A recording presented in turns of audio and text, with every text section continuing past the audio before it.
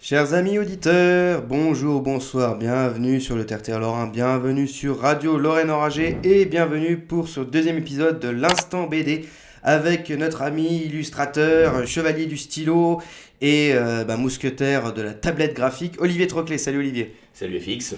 Alors, cher Olivier, la dernière fois nous avons parlé de Théodore Poussin.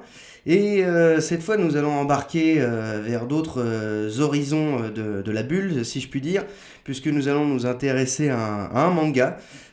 Tu m'as suggéré un manga que je ne connais pas, d'ailleurs je suis assez néophyte dans le domaine, et comme d'habitude, tu vas nous donner envie de découvrir cette série. Il s'agit de l'Attaque des Titans de Hajime Isayama, c'est ça ? Hajime Isayama, tout à fait. Voilà. L'Attaque des Titans, Shingeki no Kyojin. Alors là, je le sors d'une traite, mais je me suis entraîné. On va ouais, très balèze. Ouais, tu parles japonais couramment, hein, vous. Évidemment. Alors, de quoi est-ce que ça parle ? Alors, c'est un manga, je crois que c'est comment on dit, un shonen, c'est ça ? C'est ça, c'est un manga pour garçons. Voilà, manga pour garçons. Ouais. Alors, c'est un peu plus compliqué que ça. On y reviendra. Je vous expliquerai aussi, ça fait partie des intérêts de ce manga. Alors, on va juste faire un petit point glossaire pour commencer pour les néophytes.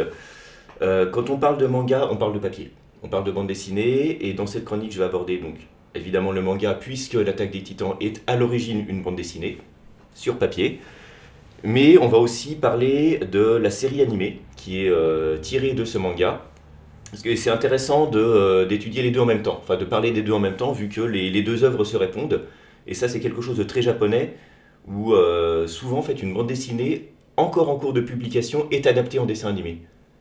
Alors même que la fin n'est pas écrite. Pour nous, c'est exceptionnel. C'est par exemple Game of Thrones, quand on a appris que la série était en cours de production alors que les romans n'étaient pas écrits, ça a un petit peu choqué. Enfin, ça semblait pas naturel. Il faut savoir qu'au Japon, c'est pas du tout le cas. Au Japon, un manga commence à avoir un petit peu de succès dans les magazines ou en album.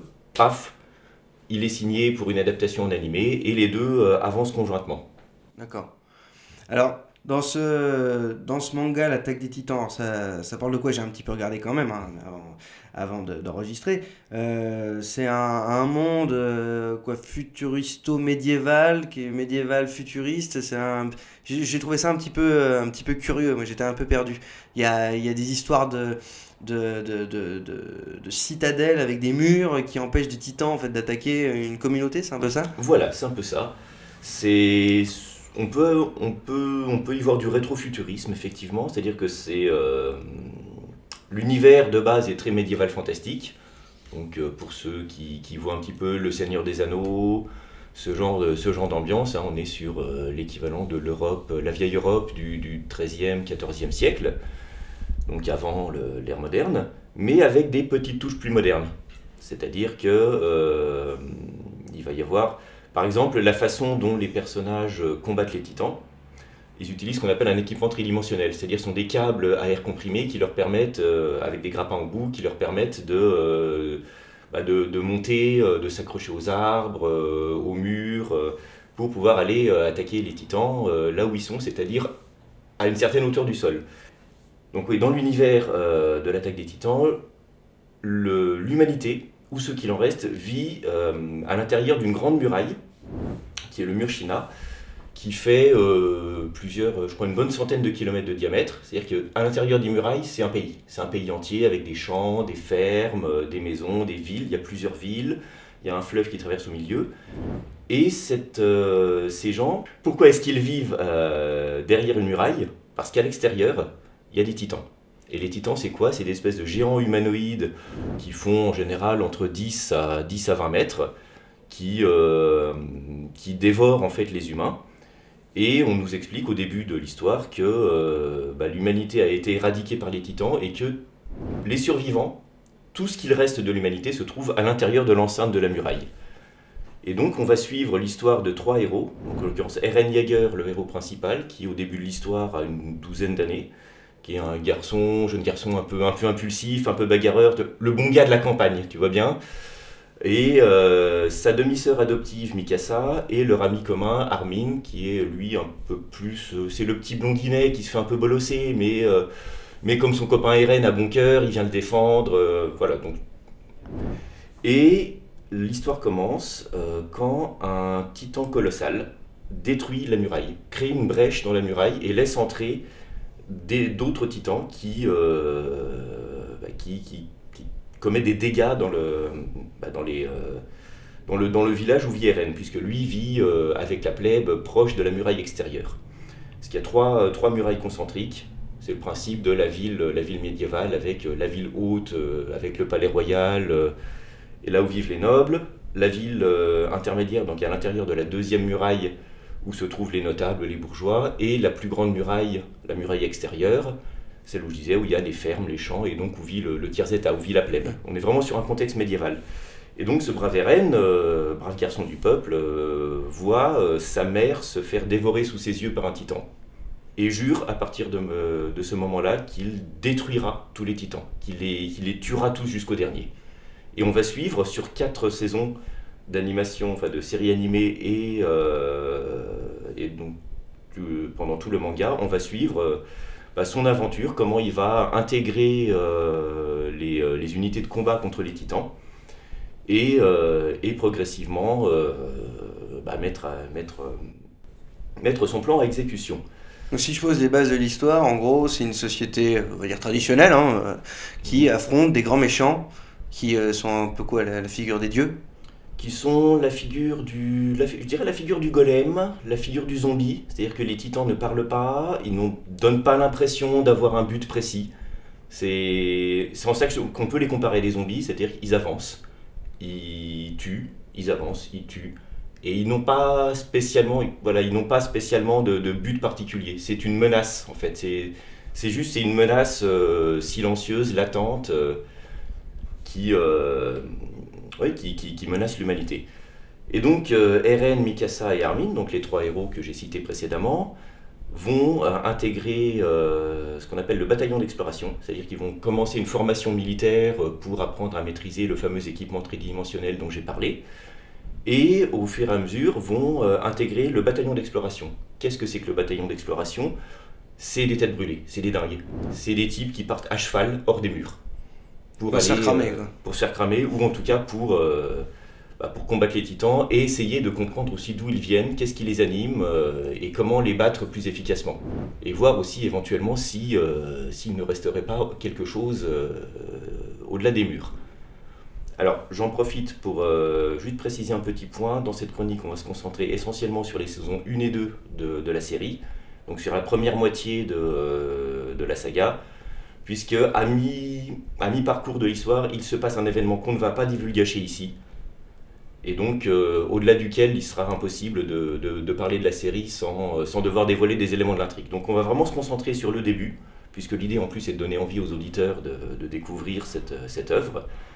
Et donc toute la première partie, toute cette première moitié donc, se concentre sur le bataillon d'exploration. Ses figures marquantes, le général Erwin, le commandant Pixis, le caporal Rivai, le caporal Hansi, qui n'est pas encore caporal à ce moment-là, mais peu importe. Enfin, toute une collection de personnages secondaires hauts en couleur, puisque l'attaque des titans est essentiellement un récit choral. Ça reste centré sur le trio de tête de personnages que j'ai cité, mais on voit énormément défiler de personnages secondaires, tous plus attachants les uns que les autres. Et comme on est dans un registre, on va dire, de shonen et de récits guerriers, il y a des morts. Il y a des morts très régulièrement. C'est assez comparable à Game of Thrones sur cet aspect, c'est-à-dire beaucoup de personnages, mais qui parfois meurent. Peuvent mourir très brutalement. Voilà. Ouais. C'est assez violent en fait. Oui, c'est assez violent. C'est pas forcément pour un public très jeune. Ne montrez pas ça à vos enfants si vous en avez. Mais voilà, il y a vraiment ce côté très dur et très cruel. L'humanité est en guerre pour sa survie contre une menace qu'on connaît à peine et qu'on cherche à mieux connaître pour mieux la vaincre. Et ça implique des pertes, ça implique l'auteur apparemment s'est quand même beaucoup renseigné sur tout ce qui était stratégie militaire. Et on a souvent comme ça dans le manga des passages un peu didactiques sur comment le bataillon d'exploration va se positionner, quelles vont être ses stratégies pour prendre les titans en tenaille, pour essayer de les vaincre.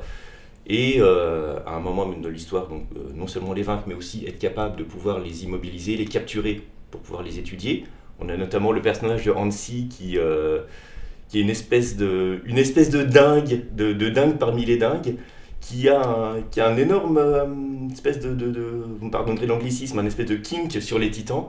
C'est-à-dire qu'elle veut les étudier, elle a une espèce de curiosité scientifique, mais en même temps on la sent fascinée par les titans. Et elle est à la fois donc une femme soldat qui combat les titans et une espèce de groupie en même temps qui part dans des accès d'hystérie quand ils arrivent à en capturer un et où elle peut l'étudier de près, l'observer, limite elle lui fait des bisous. Enfin, tout. Et voilà, et entre autres personnages, donc on a également le caporal Rivaille, qui lui est beaucoup plus le héros taciturne, soldat accompli, qui lui par contre hait les titans, presque autant que le héros les hait, pour des raisons qu'on découvrira d'ailleurs par la suite tout au long de l'histoire. L'univers des mangas c'est assez particulier et moi je me permettrai pas de mettre les pieds dedans parce que je sais qu'en plus beaucoup de gens, notamment en France, défendent bec et ongle le manga. Il faut surtout pas dire de bêtises sur les mangas. Mais ce que je trouve intéressant c'est que c'est un manga qui est assez européen dans ce que tu me décris, dans le sens où il y a une société traditionnelle, même si bon, il y avait une société traditionnelle au Japon, bien sûr, mais le côté paysan, le côté les nobles, le côté menace extérieure qui vient attaquer différentes fortifications. Il y a un côté peut-être, je sais pas, est-ce que l'auteur a été influencé par différentes sources européennes. Moi, je pense par exemple à la Divine Comedy, tu vois, quand tu me parles des cercles ou Tout à fait. dans la mythologie nordique, c'est le Midgard, voilà, c'est cette logique de mur comme ça qui protège. Oui, on peut y voir des allusions effectivement on peut y voir des allusions à l'Atlantide, à Thulé, à tout ce genre de mythologie. Après, les auteurs de manga ont toujours été très influencés par la culture européenne, et n'en ont jamais fait mystère. D'ailleurs, le père du manga moderne, qui est Osamu Tezuka, n'a jamais caché que sa première inspiration était Disney, Walt Disney lui-même. Donc oui, il y a toujours eu ce côté fascination pour l'Europe et l'Occident de la part des mangaka. C'est pas un hasard d'ailleurs si la caractéristique principale des personnages de manga est d'avoir des grands yeux ronds. Alors que bon, oui, les Japonais n'ont pas non. spécialement des grands yeux ronds. Mais en l'occurrence, oui, l'attaque des Titans est très spécifiquement tournée vers une inspiration européenne parfaitement assumée de la part de l'auteur, qui le dit, hein, il n'y a aucun problème là-dessus, et qui, en plus de ça, a l'intelligence de reprendre les codes du manga en les détournant. Je m'explique. Comme tu l'as dit, l'attaque des Titans, c'est un shonen. C'est vrai et c'est pas vrai. C'est-à-dire que c'est vrai au sens où les personnages sont des guerriers en quête de puissance, qui cherchent à devenir toujours plus forts pour vaincre leur ennemi. Donc là, oui, on est totalement dans le registre du shonen manga, donc du manga pour jeunes garçons. Dragon Ball Z, évidemment. One Piece, Naruto, vous voyez, ce genre de choses. Mais en même temps, c'est justifié de manière intradigétique par le fait que l'humanité est en guerre pour sa survie et qu'il faut combattre parce qu'on n'a pas le choix. Et de la même façon que les héros, on se retrouve pareil avec le cliché du jeune héros qui commet des exploits surhumains.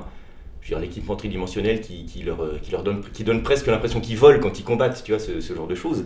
Mais voilà, c'est un équipement tridimensionnel, c'est-à-dire c'est des filets et des grappins. C'est-à-dire qu'ils ne sont pas vraiment en train de sauter à 10 mètres du sol comme Son Gohan. Non, ils ont des câbles qui leur permettent de se tirer en hauteur. Et ils font des prouesses physiques, Caporal Rivaille par exemple, qui tourne sur lui-même pour aller atteindre les titans à leur point faible à l'arrière de la tête. Oui, il fait ça parce que ça a été un enfant soldat, parce qu'il est entraîné depuis ses 12 ans à faire ça. Et on a, pareil, une espèce de rationalisation comme ça des tropes, des clichés du shonen, par une explication logique interne.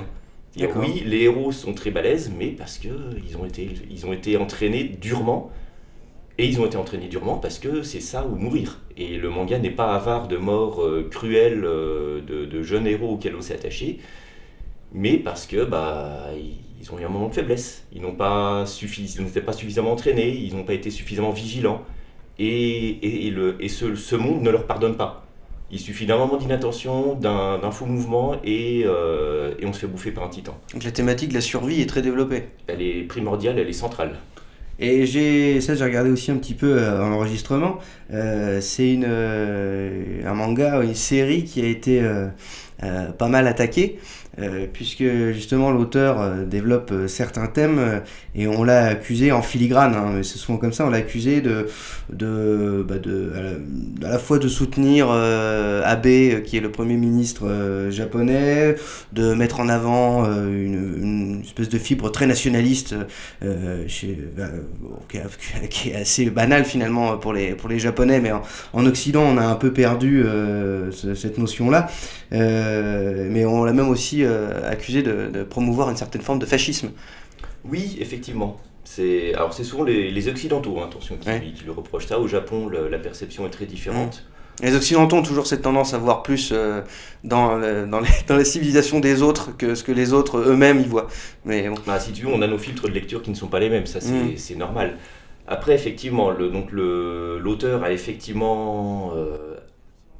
pareil, reconnu tout à fait officiellement pour un des personnages principaux s'être inspiré d'un général japonais de la Deuxième Guerre mondiale, ce qui n'est pas forcément, tu t'en doutes, au goût des Occidentaux, nécessairement. Et le point que tu soulèves, c'est un point intéressant dont je ne vais pas trop parler, puisque ça impliquerait, comme je l'ai dit, de dévoiler des éléments de l'intrigue, qui nous amènerait un peu trop loin dans l'histoire et qui amènerait à devoir divulgacher. On va pas déflorer. Voilà, on va rester en surface, mais effectivement, donc l'humanité telle qu'elle est présentée dans le manga, c'est le peuple élu.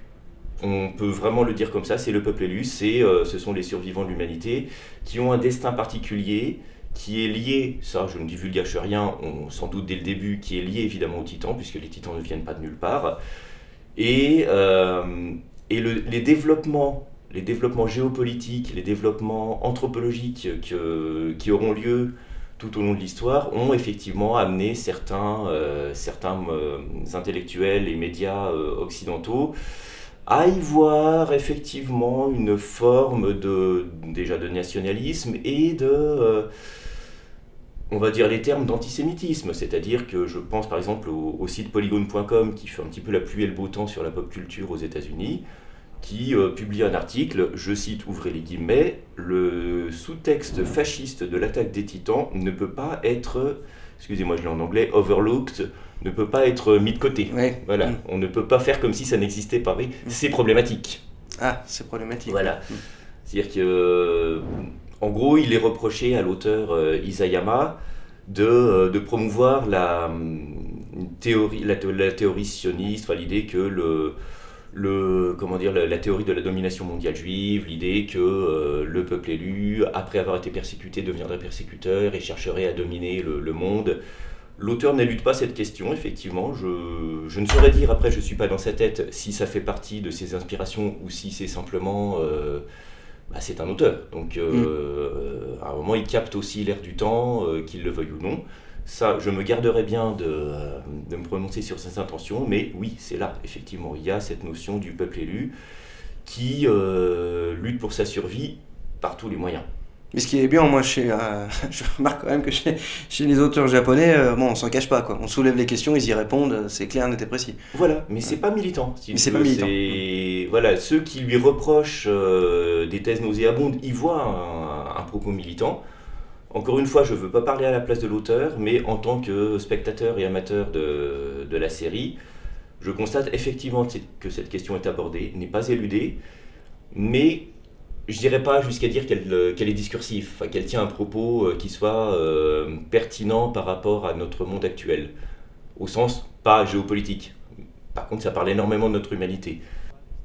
Bah, je constate en tout cas que c'est comme souvent dans ce genre de critique, on peut y voir ce qu'on y veut à partir du moment où on a ses propres lunettes, puisque les Chinois ont eux censuré en fait le manga, étant donné que les Taïwanais y ont vu une allégorie de ce qui se passait chez eux en filigrane dans ce manga, ce qui est assez drôle, c'est-à-dire que voilà, d'un côté c'est fasciste et puis de l'autre ça serait plutôt pro-occidental, puisque les Taïwanais y trouveraient leur compte. Donc bon, on y trouve un petit peu... Comme d'habitude, chacun y trouve ce qu'il veut à sa porte, quoi. Voilà, c'est ça, c'est le propre des grandes œuvres qui nous parlent de notre humanité, c'est que effectivement tout le monde peut y voir ce qui va dans le sens de son discours et aussi ce qui le choque. Après, sur la Chine, c'est particulier. La Chine a quand même la main très lourde en matière de censure. Donc ce n'est pas du tout étonnant que l'Attaque des Titans y ait été censurée. Alors résume-nous, donc l'Attaque des Titans, c'est en combien de tomes? Parce que moi je fonctionne encore en tomes, mais je sais pas si ça marche comme ça. C'est pertinent. Hein? Alors c'est, oui, très concrètement, l'Attaque des Titans. Donc on parle à la base d'une bande dessinée, donc qui a commencé à être publiée au Japon en 2009 et qui a duré donc jusqu'à 2021. C'est-à-dire que actuellement, à l'heure où nous enregistrons, l'histoire est terminée. Donc la fin existe en papier.